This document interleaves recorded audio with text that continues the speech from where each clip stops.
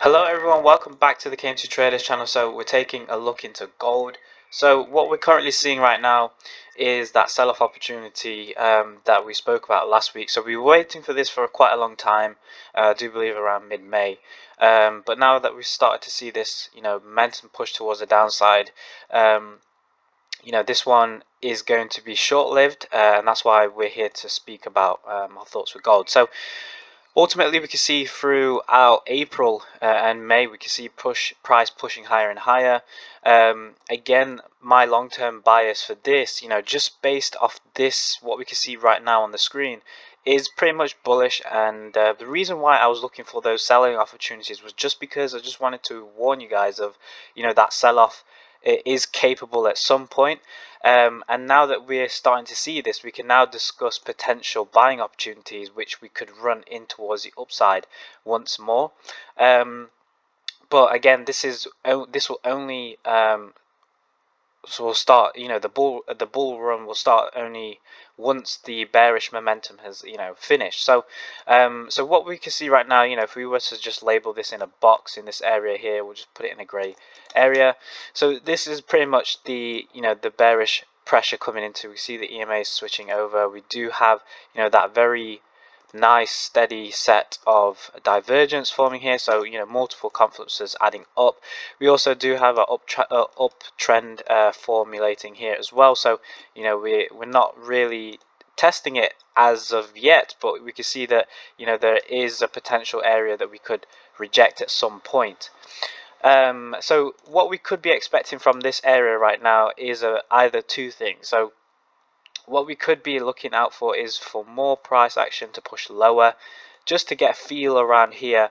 And this is where we could be looking at buying opportunities to drive up once more towards the upside, and that's pretty much where the bias is going to come from.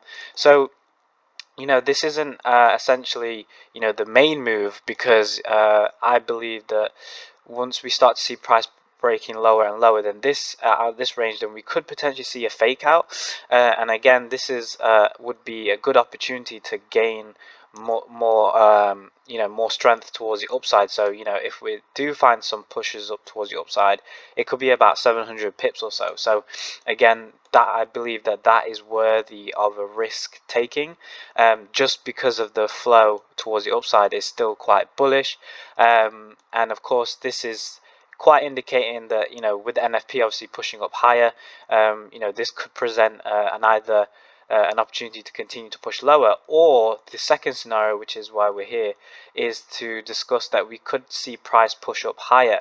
Now if it does push up higher, then the next opportunity for me is to take a sell.